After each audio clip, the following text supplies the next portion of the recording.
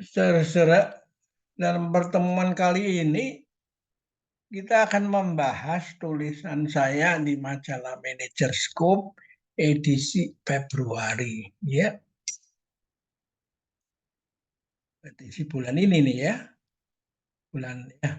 Maksudnya bulan 2 yang lalu, ya.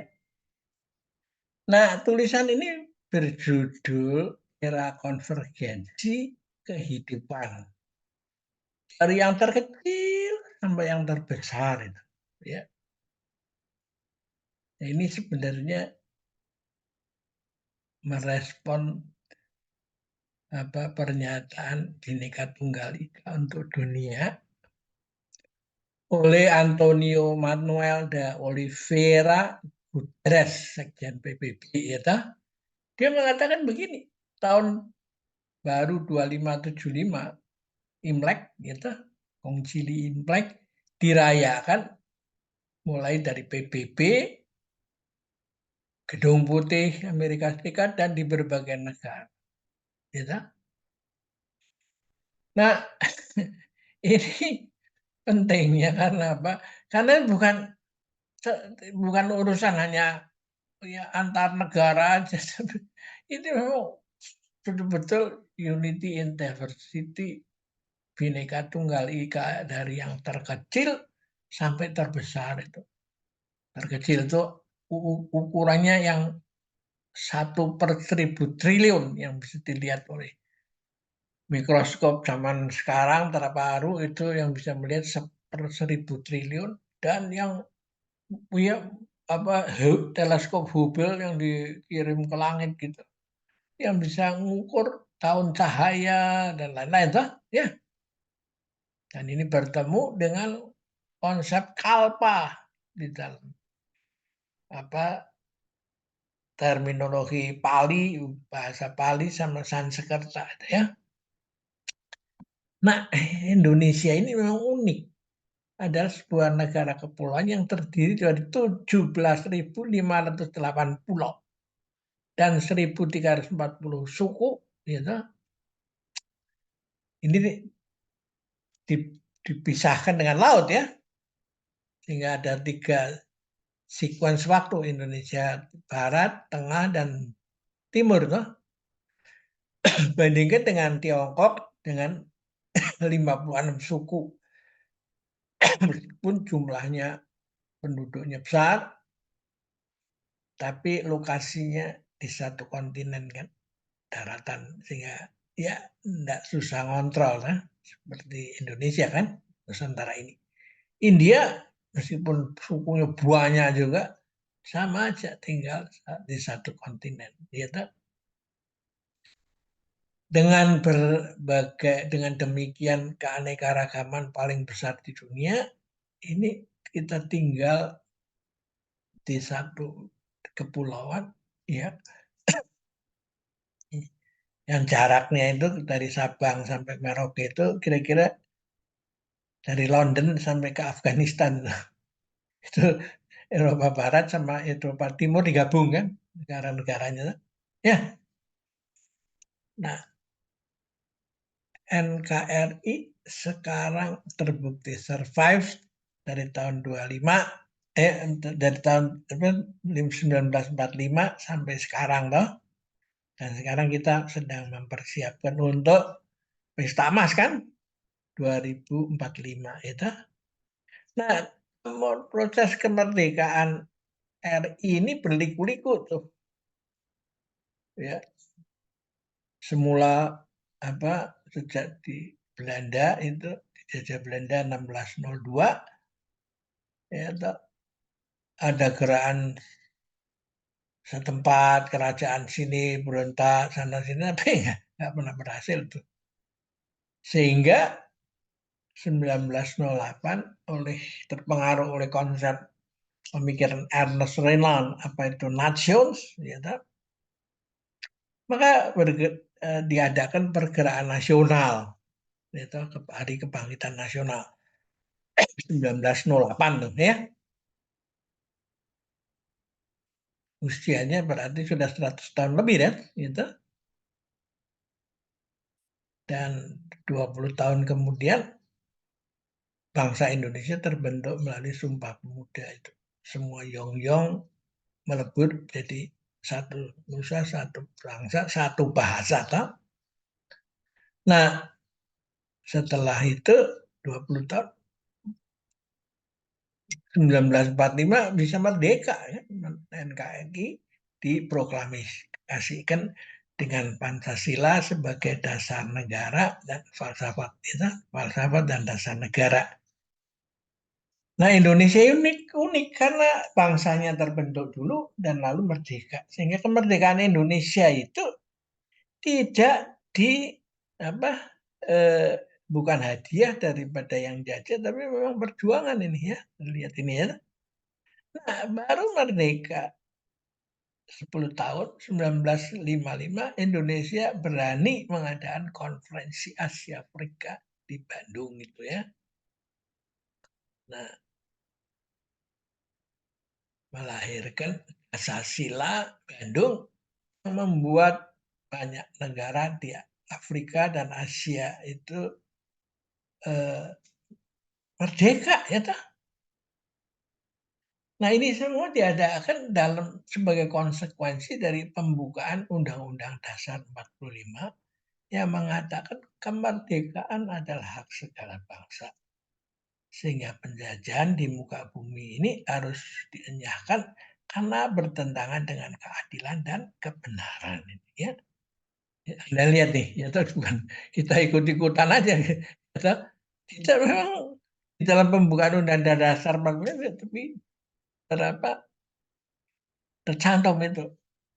Nah, konferensi Asia Afrika ini pada tahun 2015 diperingatin lagi di Bandung dan diikutin oleh 89 kepala negara pemerintah dari 109 negara di kawasan Asia Afrika, 17 negara pengamat dan 20 organisasi internasional serta 1.426 perwakilan media domestik dan asing ini ya. Nah, konferensi Asia Dasar dari konferensi Asia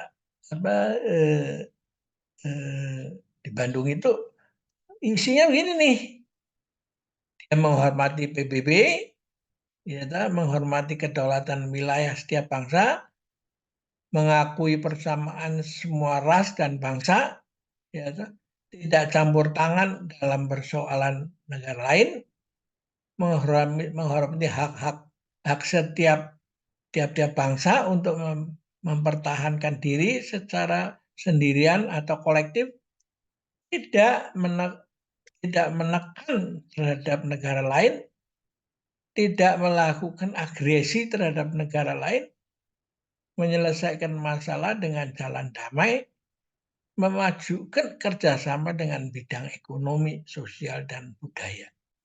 10. Menghormati hukum dan kewajiban internasional. Jadi luar biasa. Lihat itu orang di Ukraina ya tuh nggak habis-habis. Lalu sekarang ini di Gaza itu ya. Jadi Dasar Bandung ini ya saya yakin kok lama-lama di take over oleh PBB juga ya toh. Seperti halnya Bhinneka Tunggal Ika oleh sekjennya dikatakan ini akan menjadi ideologi PBB gitu. Nah, so what nih kita mau apa kalau sudah di dunia begini? Apakah kita mau leha-leha aja? Karena skop Pancasila dan Undang-Undang Dasar 45 Bhinneka Tunggal Ika ini beda dengan pada kalau ketika kita dengan melalui P4 ya mengembangkan pedoman penghayatan dan pengalaman Pancasila itu levelnya domestik itu semacam civic education. Kalau ini ya harus membangun dunia ini ya. Nah, ini bagaimana Pancasila ini? Nah, kita melihat kearifan timur ya tentang Bhinneka Tunggal ini. Ini idenya dari mana sih? Idenya daripada Kakawin Sutasoma dari Empu Tantular ya yang dibuat di tahun ini nih 1365 sampai 1389 ini, gitu. Ditulis sekitar ini. Jadi ini abad ke-14 kan. Bhinneka Tunggal Ika menjadi lambang slogan Indonesia. Sekarang kalau saya lihat, yuk kacanya bedanya itu 200 tahun dari ketika Marco Polo jalan kaki ke apa ke Beijing ya ke Cina tuh melihat mencari sutra tuh. Bahkan juga Columbus menemukan pantai timur Amerika itu 1492 itu ya Columbus baru sampai sini ya, itu baru sampai ke pantai timur. Kita sudah melihat itu Bhinneka Tunggal Ika itu ya. Nah, sehingga pada tahun 100 Masehi itu seorang India yang bernama Vimalakirti itu mengatakan begini, sudah menulis di Gunung Mahameru tumbuh biji sawi, biji terkecil di dunia. Dalam setiap bijinya bersembunyi seluruh alam semesta. Kalau dunia menderita, saya ikut menderita. Kalau manusia sakit, saya ikut merasa sakit. Kan ini luar biasa kan dari India. Makanya dia juga menjadi sponsor utama daripada konferensi Asia Afrika. Terus konsep antropokosmik humanisme itu sudah ada sebenarnya pada tahun 100 Masehi itu. Ya. Nah, di Nusantara ini sudah ada acara nih namanya Memayu Ayuning Bawono. Cantiknya manusia tergantung pada cantiknya dunia. Cantiknya dunia tergantung pada cantiknya seluruh alam semesta. Nah, ini mulai ya Islam juga mengajarkan kalau hidup kita di dunia untuk apa? Untuk menjadi rahmatan lil alamin. Bukan cari anggota supaya kayak partai supaya ya inti utamanya kalau ada pertemuan tujuannya supaya membuat manusia menjadi rahmatan lil alamin kan? Ya, itu dan Tuhan tidak akan merubah nasibmu kalau kamu nggak mau merubah nasibmu sendiri. Jadi pendidikan sama etika sosial itu sudah ada di dalam kitab-kitab ini juga ya. 500 tahun sudah Masehi itu Islam itu. Nah sekarang dari Katolik nih, nah, setelah berkembang 2000 tahun, lalu baru muncul ensiklik ini. Alam semesta manusia menurut Sang Pencipta. Laudato Si, manusia dengan nama alam semesta, dan Fratelli Tutti dengan sesamanya. Ya, jadi artinya apa? Dunia sedang bergerak menuju ke arah pemikiran antropokosmik. Ya, seperti semua telunjuk sedang menunjuk ke bulan yang sama. Kita mau ke sana, kita masuk. Masalah kalau tinggal action itu. Kalau kita hanya lihat telunjuk ya, mana aja kita bisa sampai ke situ kan? Karena itu nggak bisa melihat alam semesta yang demikian dahsyat ini melalui lubang kunci fakultas-fakultas atau apa profesi saya atau ya menurut ego saya ya toh tidak bisa. Itu harus ada revolusi dalam kehidupan itu memandang hidup ini ya melalui teleskop yang diterbangkan dari helikopter seperti helikopter bisa melihat keseluruhan. Nah ini ya gambarnya ini alam semesta begini dilihat dari lubang kunci yang kecil ya akhirnya berkelahi kan hasilnya itu ya karena itu dunia ini seperti sudah telunjuknya udah benar nih menunjuk ke bulan itu tapi kalau ya cuman berkelahi telunjuk ini yang selama ini terjadi ya nggak akan pernah sampai ke bulan kan, gitu. Nah, sini ada syair yang terkenal ya, intisarinya begini, yang seperti sering saya katakan, sungai itu tidak meminum airnya sendiri, ya toh. Pohon tidak makan dari buahnya sendiri. Matahari tidak bersinar untuk dirinya sendiri. Bunga tidak semerbak untuk dinikmati sendiri. Karena hidup ini adalah punya aturan untuk others itu, untuk orang lain itu bukan untuk diri kita. Ya kan? Nah, di sini ya dikatakan ya kalau itu semua bagus saling apa kerjasama apa segala macam antar negara dirubah supaya kerjasama bagus, bagus bagus ya bisa meningkatkan apa eh, diri untuk bekerja sama. Tapi ini yang penting adalah bagus kalau orang lain itu bisa bahagia karena perbuatanmu. Jadi in giving dengan give, you punya give, maka orang lain bisa dihidupin itu ya. Kita lanjutkan sama dengan melihat suatu masalah hanya dengan menunjuk ke arah yang sama. Sibuk membicarakan hanya membuat bertengkar di dalam dan tak pernah sampai ke bulan. Gitu. Nah ini sekarang, ini masalah penting ini. Kalau lihat itu betapa besarnya jualan senjata, mesin pembunuh orang itu negara-negara terbesar yang besar aja survival of the fittest nih yang punya senjata, pabrik senjata dan bisa pakai itu untuk membunuh orang.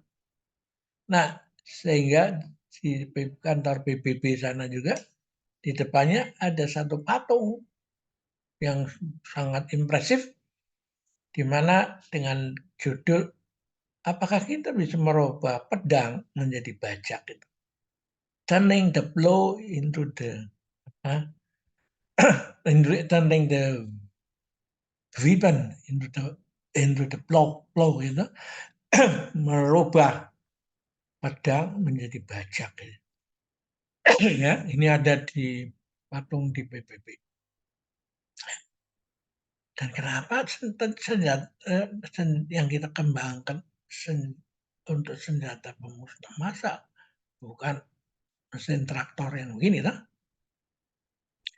Karena itu kita membutuhkan suatu ilmu tentang bagaimana melatih pemimpin tertinggi. Ya, ini uniknya nih orang Timur sudah tahu bahwa orang harus dilatih menjadi orang taat. Ya, toh? Karena orang duta itu harus damai, ya supaya dia tidak gampang dijebak, tuh. Ada gerakan di sana, di perhatian, disodok di sini, ya. Kalau konsentrasi di depan, di belakang lemah dan sebaliknya. Kalau di kiri, kanannya lemah, ya toh? Dan sebaliknya. Kalau di atas, di bawah lemah dan sebaliknya.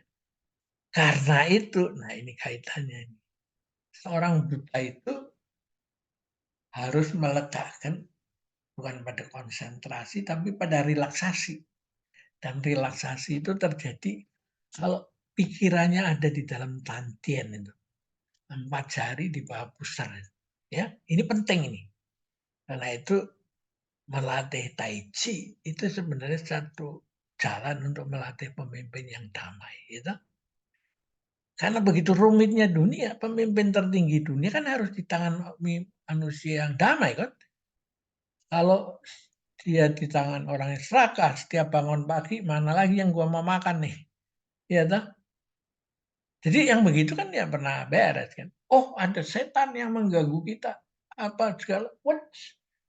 Ada hidup masa depan yang apa bahagia abadi setelah mati. Jangan begitu. Hidup sebelum mati itu harus dibangun sebagai hidup yang berkualitas. No?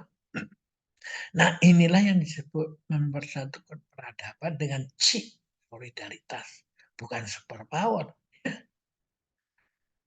yang menjadi manfaat daripada jualan senjata kan, ya toh? Nah, ini ada satu solusi yang ditawarkan oleh Tiongkok dengan konsep Belt and Road Initiative gitu. Jadi dunia itu dihubungkan dengan apa? Kereta api dan maritim kapal-kapal itu. Sehingga karena lalu itu menjadi kerjasama internasional, maka paling enggak urusan biaya transport sama apa waktu gitu itu menjadi lebih murah sehingga barang-barang itu bisa didistribusikan ke seluruh dunia, terjadi keadilan sosial bagi seluruh dunia. Karena yang punya bahan mentah tidak punya fasilitas untuk mengolahnya sendiri. Seperti kalau punya kapas, ya melimpah, ya kalau disimpan sendiri rusak. Karena hujan apa segala. Harus ada gudang yang dipanaskan. Ya akhirnya ongkos menjadi besar.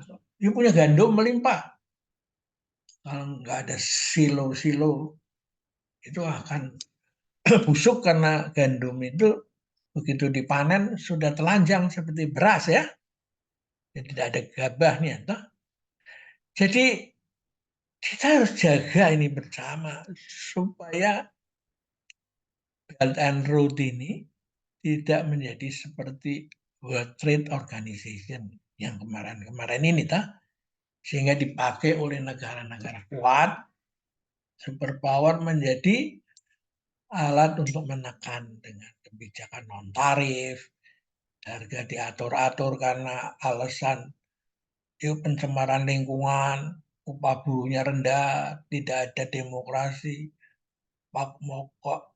supaya jangan ada hilirisasi, sehingga negara pemenang terus berada dalam posisi menekan, bukan kesetaraan, ya lah.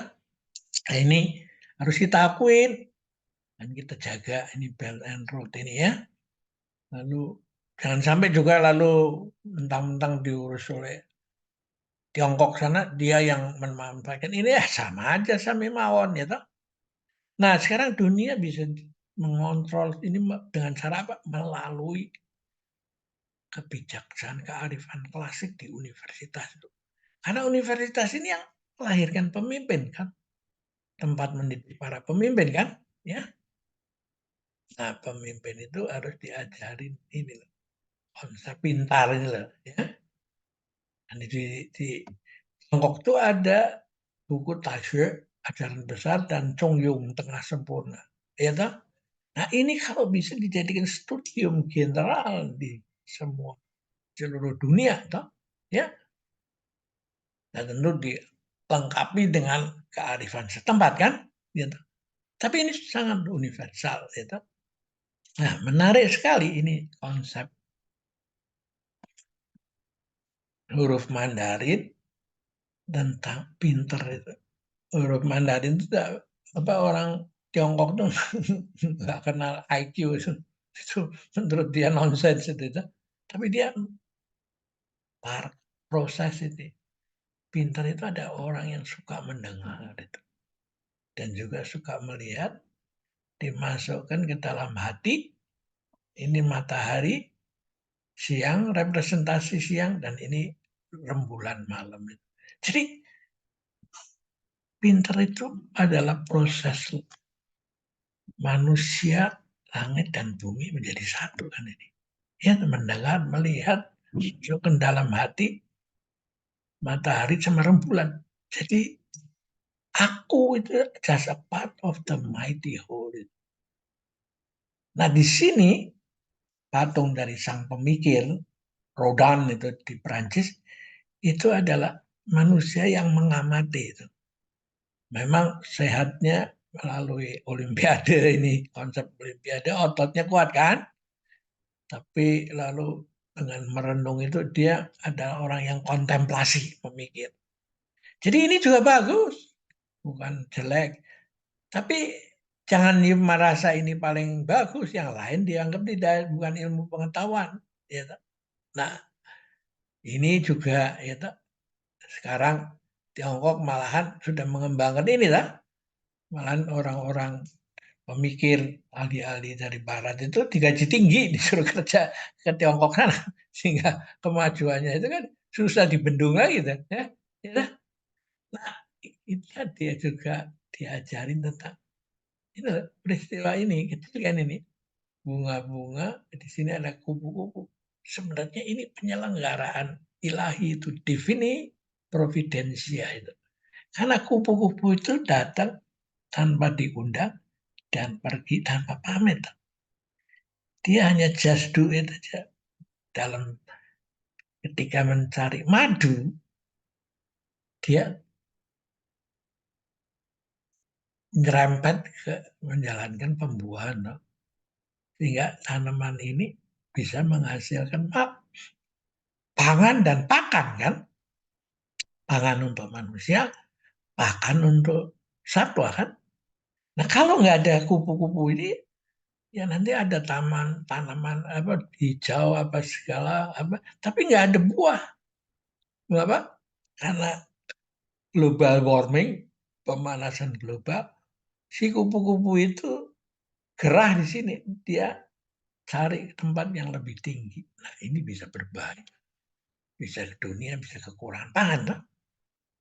Nah ini juga konsep keadilan sosial aneh ini ya dibahas di dalam Chong Yung ini. Toh? Jadi si ini burung ini kan dia kan nggak kerja, ya toh? Nggak ada nanam, nggak ada panen, nggak ada apa. Dia terima jadi kan, dan dia bisa makan dari apa yang ada di dunia, di alam semesta, lalu bisa kasih makan sama Yupiana kan, di sarang kan. Jadi ini konsep keadilan sosial itu, ya, dalam tingkat dunia itu ya. Nah ini ada pengembangan yang menarik di Indonesia, karena generasi muda sebagai pemilih pemula mendominasi pemilihan umum. Dan mereka gampang diajak bicara, dibujukin melalui media elektronik, netizen, buzzer-buzzer, gitu, untuk terus-menerus konflik kepentingan terus ya. Ya. Karena apa? Kalau begitu ya ini kan semua kacau ya, nggak ada makan kan. Nah, karena itu kita perlu menguatkan supaya hal yang positif menjadi menuju semangat dunia rumah kita dan di 4 samudra dan 5 benua semua orang bersaudara. Jadi media informasi ini semua jangan dimanfaatkan oleh tangan-tangan yang jahil itu, ya, yang mencoba memanipulir bahwa hal yang jelek asal diberitakan terus-menerus menjadi dianggap yang benar, toh? Atau diserahkan satu masalah diserahkan pada artificial intelligence untuk menulis konsep. Tapi kalau dia nggak punya hati kan cilaka, ya, menjadi kacau kan, ya. Makanya menemu apa artificial intelligence itu keluar dari apa perusahaannya toh, karena aduh dia takut ini bisa kacau ini ya. Nah sini gambar ini menarik ini orang Bali ini. Nah TPS di Bali ini didesain seperti perkawinan itu, dan petugas yang menerima tamu itu di apa di dibuat seperti resepsionis daripada pesta perkawinan itu. Mengapa? Ya karena perkawinan itu apa pemilu itu semuanya perkawinan yin dan yang kan. Ya toh? Nah ini persis seperti kalau kita melihat apa perayaan Dewari di apa di India itu ya. yaitu sebenarnya Rama, Sita, Kidang Kencana, sama Dasamuka itu adalah konflik di dalam diri manusia itu. Ya, mula-mula terpisah satu-satu masing-masing, akhirnya damai, ya kan? Setelah menjadi satu, ya kan? Jadi ini nih, Anda lihat dalam apa kisah latar belakang daripada perayaan Diwali di apa di India ya. Jadi saya rasa inilah hasil dari apa manajer scope di edisi Februari 2024 dan di bulan Februari ini ada perayaan Imlek. Ya ini sebenarnya ya pas persis itu. Karena perayaan musim semi itu kan ya kembali kehidupan kan ya. Yang sudah matang setelah yang konsepnya lahir matang di musim summer, musim panas selalu lapuk di musim rontok, terus gugur seolah berhenti di musim dingin, dan tiba-tiba muncul musim semi yang baru. Tapi musim semi tahun ini beda dengan tahun lalu, sama beda dengan tahun yang depan itu. Nah ini semua akhirnya menjadi background manajemen Kaizen itu yang di breakdown untuk pembinaan revolusi mental bahwa detik ini berbeda dengan 1 detik lalu.